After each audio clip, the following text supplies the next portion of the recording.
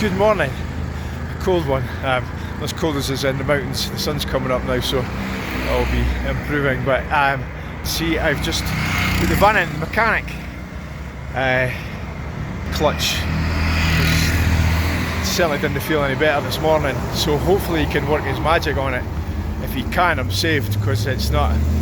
It's definitely on its way out. Whatever it is, it needs fixed.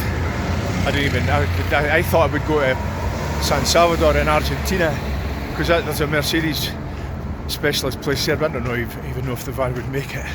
Although if he can fix it to the point it would make it, that would be a compromise if he can't fix it properly. But hopefully he can fix it.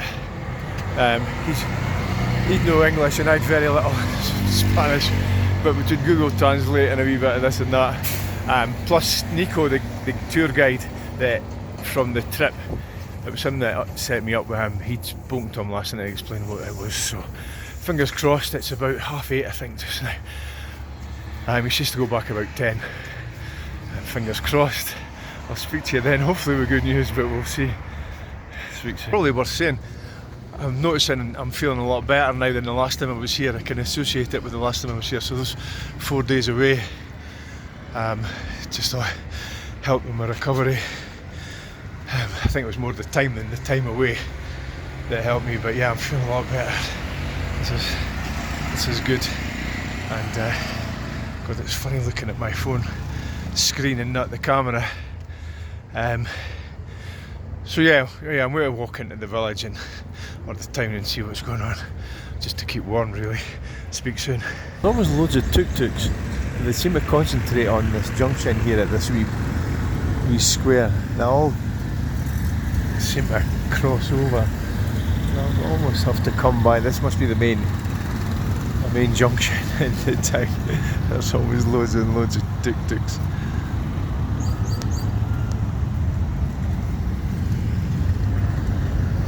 It seems to be a constant stream of tuk-tuks. See what I mean? With Nico, the driver from the tour, he shouted. I heard somebody shouting, but I didn't understand it, and of course, I wouldn't expect it to be for me anyway.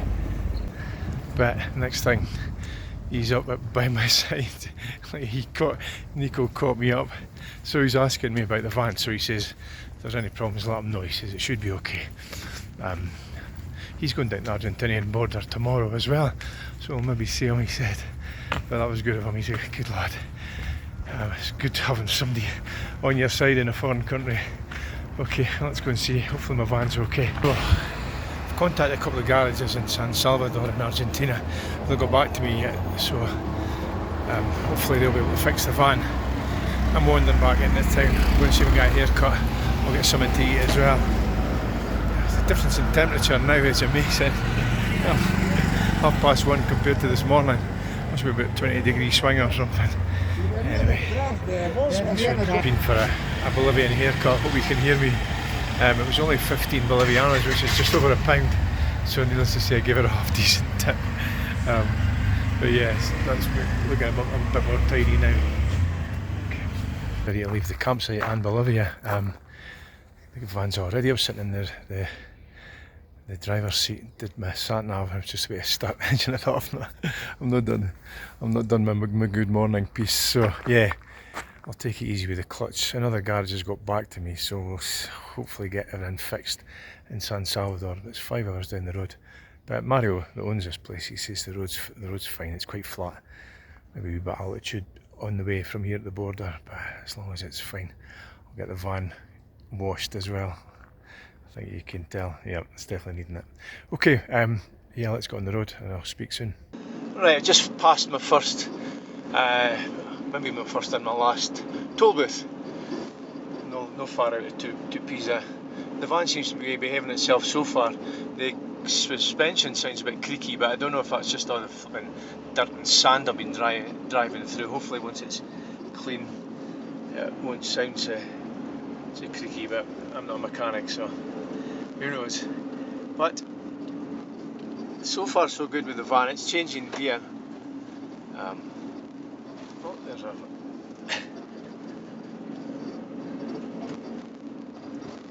stocked lorry there. Can't imagine there's much weight in it though. Right, let's go on the road. See the landscape's changing again. It's getting a bit flatter just now as we get a bit near to northern Argentina. See the mountains in the distance, but round about here. But then I have climbed a wee bit, so maybe this is I'm due to descend into Villazon and then into Argentina. We're getting near the Argentinian border. Just wanted to look at the landscape again. It's fairly flattened out even more, I think. Maybe I'm hoping to get the van washed.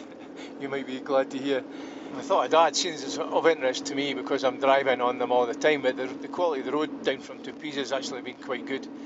And when I was on the trip, the road from Uyuni back down to Tupiza was excellent. Bolivia's got the extremes. It's got some of the worst roads in South America that I've driven on so far, and the best ones, like brand new roads. Yeah, and this one's not too bad either. Yeah, I just had a police stop there. The guys were, I think they were just bored. They stopped me and they were just asking me about my travels and where I was going. They didn't even ask to see any paperwork or anything. So, yeah, after a while it became apparent they were just want to blather. But I guess there's not much traffic on this road, so there's not much happening. So if a gringo comes through in certainly a right-hand drive vehicle, it's quite interesting for them. So that was broke up my day as well, to be honest. They were good lads.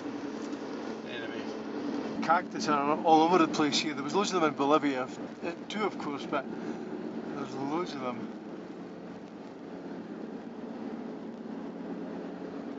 See them across on the other side as well. See?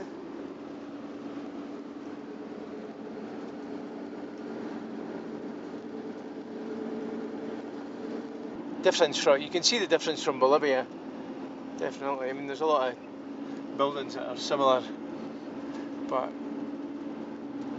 you can tell the economy is a bit stronger here. Good morning. I've not said hello yet. I'm outside the garage now. I got up and got breakfast and came straight along. It's a fair distance. Anyway, the guys looked at I found out that the support strut that holds the bonnet open, it only closes a certain way. It doesn't dismantle. You know, like you can fold some away. This one stays in place and it's on a track. The guy in Bolivia forced it shut. I didn't realise that he's bent it all. So when I showed the guy his first, we looked at that first. So we've not spoke about the clutch. Anyway, it's all happening. I'm standing here waiting on the boss. Hopefully we'll get either a slot for getting it fixed or get it fixed today or whatever. I don't mind, but we're at the garage now, so I'll speak to you soon. South America, you gotta love it. I'm at the right place, but I'm at the wrong place. The garage I'm wanting, I think, used to be here, but it's not now. They fixed my bonnet that the boy in Bolivia fixed. It was 20,000 pesos, which is about a tenner. They've charged me to fix it, but that's it fixed anyway. It would have taken me all day to do that. I would have to bend it out and everything. Anyway, right, I'm going to go and see if I can find this other one. At least I've been in contact with them, so I know they can do it, and they're meant to be very good. So wish me luck. I found it's a completely different place to where Google Maps and Google, even AI, was sending me. But we're here now. The guy wants me to bring it in. Hopefully we'll have a quick look at it. Look at the smile on my face. There's a definite autumn feel about this. This is the first time I've felt autumn since I was in Scotland. Temperatures are not as bad as Bolivia though, thankfully.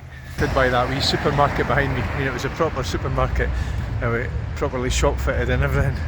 The little things that get you after too much time in Bolivia. But anyway, yes. So they did a quick fix, which was fine. But I didn't think it was ever going to be enough. I'm not going to take the chance of where I want to go with a clutch that could go any time. So I've asked him to do it.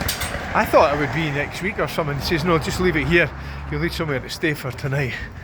I hoped they could let me just sleep in the van, but they weren't having it. So I'm walking along to my Airbnb. But they've just decided to do it straight away. They're going to do it this afternoon. I don't know if it's into the evening, but they're keeping it till tomorrow. Hopefully it'll get fixed tomorrow. If not, I've got a bit of a problem because I think they're off on Monday, and so it'll be Tuesday. But I hope, fingers crossed, we get back tomorrow. That would be absolutely amazing, especially for such a big job. But wait a minute, Airbnb, speak soon. Well, good morning. Put it back on here. My van's ready. Hey, they messaged me last night to say it was done, so that's brilliant. I'm almost disappointed actually. I quite liked that Airbnb. It wouldn't have broken my heart to stay there a few days, but I also kind of need to get on. I mean, it's still only May. I want to get to Peru, so yeah, I also need to decide what I'm doing today. If I'm going to twist or stick, if I'm going to stay here a night or just get on the road straight away. I'm not sure. Need to make my mind up on that one. Now let's go and get the van first. Okay. So this is downtown San Salvador, the Hui. It's not the bonniest place, but tell you what, see, after Bolivia, it's utterly 21st century sophistication. I really liked it. They had heating in the shops and the cafes, and they had cafes, which is really good. But yeah, I'm quite happy to be here. I came a different way to pick up the van. I'm glad I did. An old British phone box. Last time I saw one of them was in Buenos Aires, and they use it. Looks like it's blocked, but they'll use it as a wee mini library. Very good. As you can see, the Argentinian tradition of the rusting car, just wasting away at the side of the road. Up here in northern Argentina, it's no different to Buenos Aires. Definitely in a wee neighbourhood, away from the city now. Look how autumnal it is. It's the equivalent of November for them, I suppose, for us. I hear myself out of breath. I just came up a hill there. We're still at a wee bit of altitude, but yeah, not that much. I don't think. It must be the hill. Okay, for some shopping. It's still only 11 AM. This is not the prettiest look. That's not the prettiest view either. But yeah, I'm just going to go on the road. I was toying with the idea of staying here another night because I was quite tired yesterday, but I had a good sleep last night and I'm feeling better for that. And I'm excited because my van's been fixed. Of course, my van's safe to drive. They said the brakes and the suspension were fine too, which is always very reassuring. So yeah, I'm going to go on the road. It's just an overnight stop, a place called Susques. I'm not expecting much from the place. It certainly doesn't look like much on Google Maps. It's a high altitude, dusty town, similar to some of the ones that were in Bolivia, I think. There is a hotel in the main square. It's not meant to be up to much, but certainly compared to Bolivia, there might be a bit more there for me later on. But anyway, we'll get on the road. I'll be there mid-afternoon and that'll be fine. Okay, speak later. Out of San Salvador, we've got a wee bit of altitude, and as you can see, the skies are starting to clear again, which is really good because it's quite spectacular around here. As you can see it there as well. Yeah. I've not even turned off yet. I've got to go a bit higher too. Don't know if the camera can pick that up. I think these mountains are green. It's like green rock, and there's coming down to pink rock. Just noticed the colour there. But yeah, it's quite spectacular coming through this valley. I've just turned off the highway, so I'm on new road now. I was just doubling back from San Salvador on the road I came down on from Bolivia. So this takes me up to the Paso de Llama, which is the border with Chile. But yeah, it's going to be, if this is just the start, at least it'll be quite a scenic route. So yeah, so we go on. A bit further into this road. What difference between rural Bolivia and rural Argentina? There's like infrastructure here. Might not look that glamorous, but there's been stuff at the side of the road. Vendors at the side of the road. And like tourist cabanas and stuff that look quite modern. But yeah, this looks very touristy. It's called Purmamarca. I'm guessing it's on the mountains and when the pulls folk in. There was a wee market back there. I wasn't sure what was going on. It was really, really busy. All the tourist buses had stopped. I think I caught some of it. But yeah, there's the entrance into Purmamarca. I don't know enough about it. It wasn't on my list of things to do. But it looks quite touristy. Very nice as well. There we go. Oh, quite developed.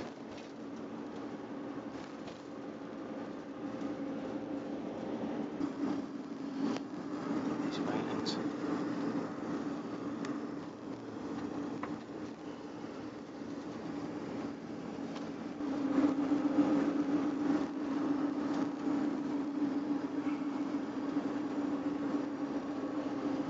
Starting our climb, a serious climb now on some hairpin bends. There was a hairpin bend back there. I thought this was going to be another one, but it's a wee bit more gentle. We're definitely hitting altitude again. I feel it in my breath. You have to take in deeper breaths sometimes.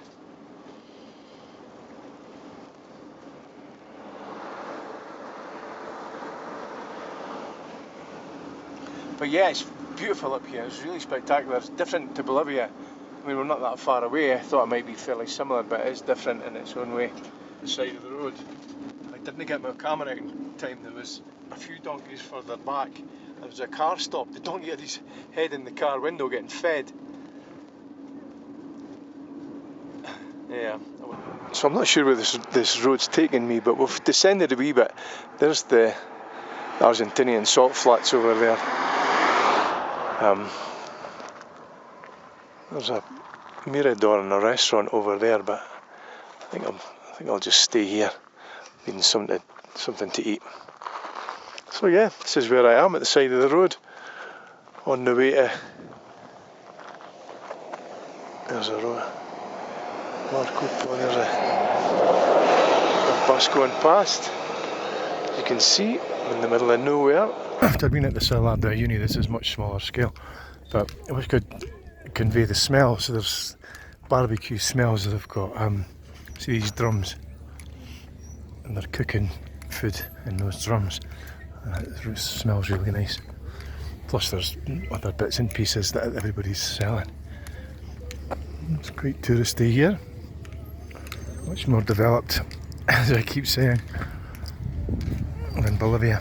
Yeah, here's a view of the salt flats. Salinas Grandes over there.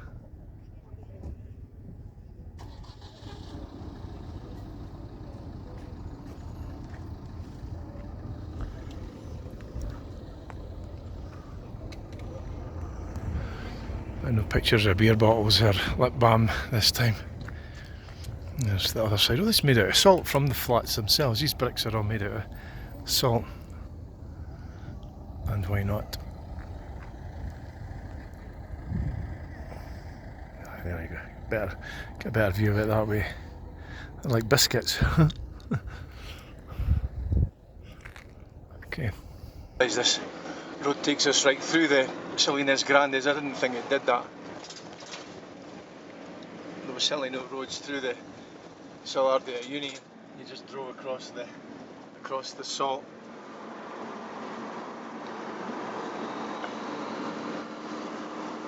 I'm not going to judge it. It's definitely smaller. I always knew that. That's why folk go to the Salar de Uyuni, because it's the biggest one in the world. This looks like it's working as well. They're harvesting the salt. At least, yeah. I would imagine it's the salt. There'll be other minerals there as well, but it looks like they're harvesting the salt. Interesting. Yeah.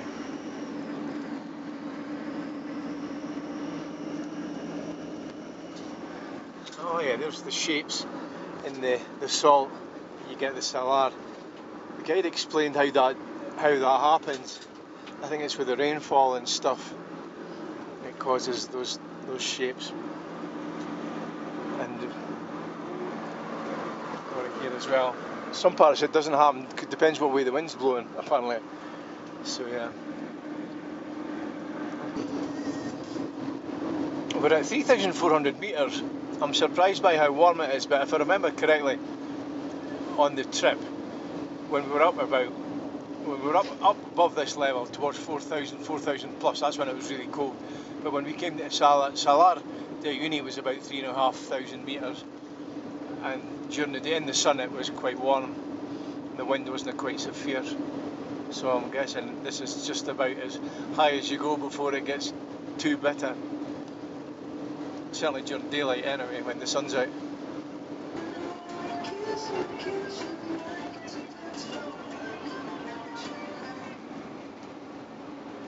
The landscape with these huge cactuses is amazing.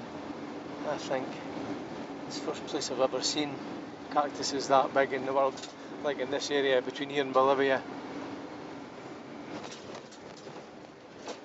The size of that.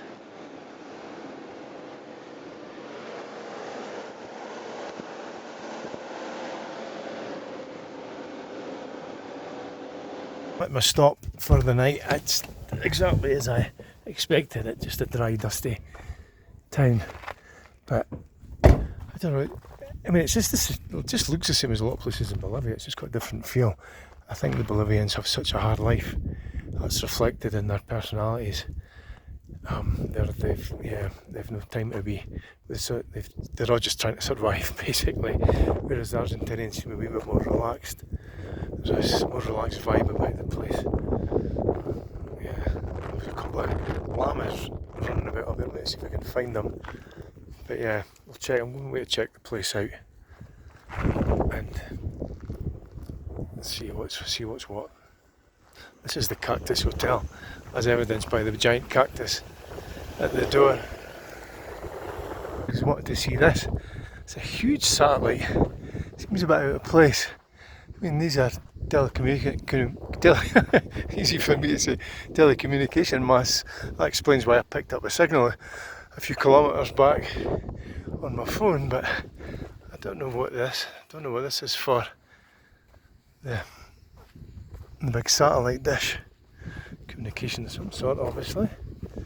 I was going up here to see the llamas.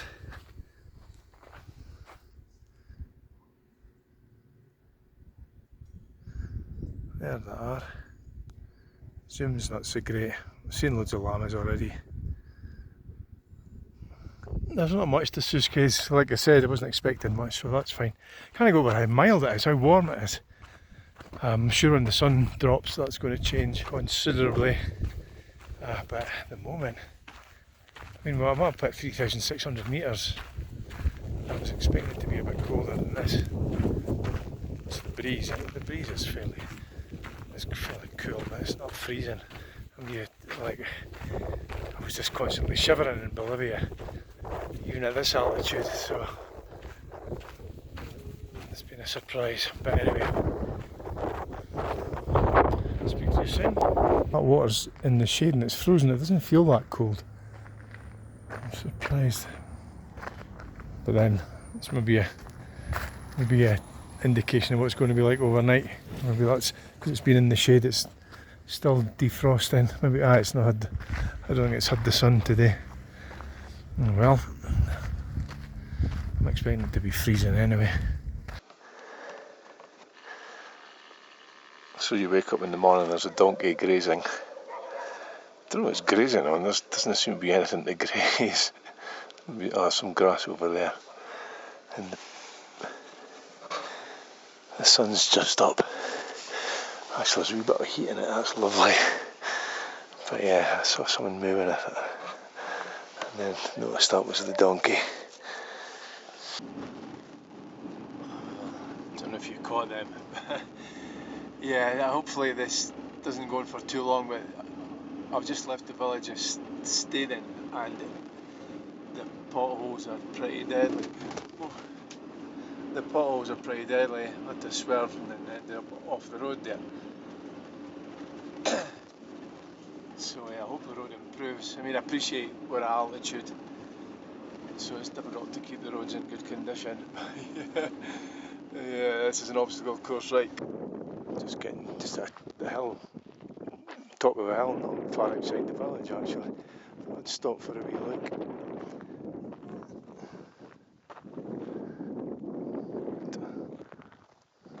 I'm not sure how far up altitude meter's not working yet.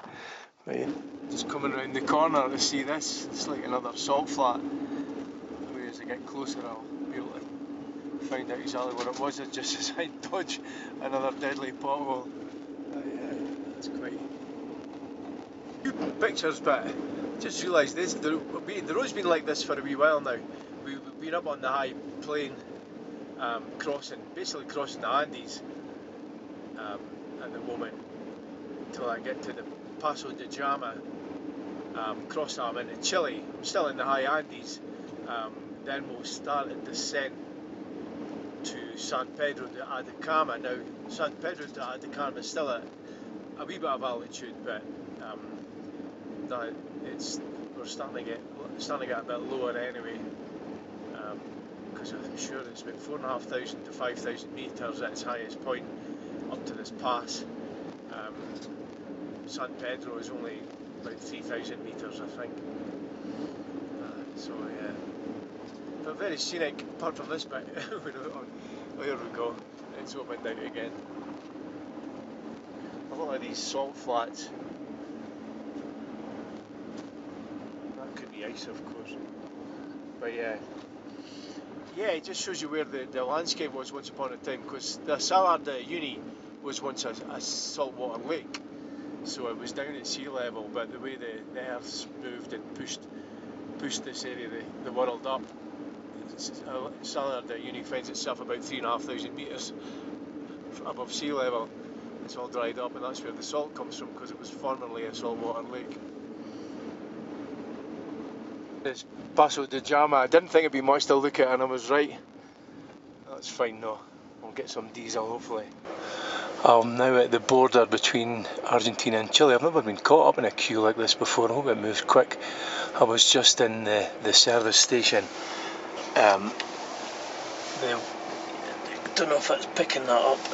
It's a YPF Argentina service station that didn't let me down either. I think we found out before, they're so developed with a wee cafe and everything. So I had a coffee and something to eat. And then I got some diesel. But yeah, I'm hoping this doesn't take too long. I don't know what the queue's for. There's a car in the line as well, so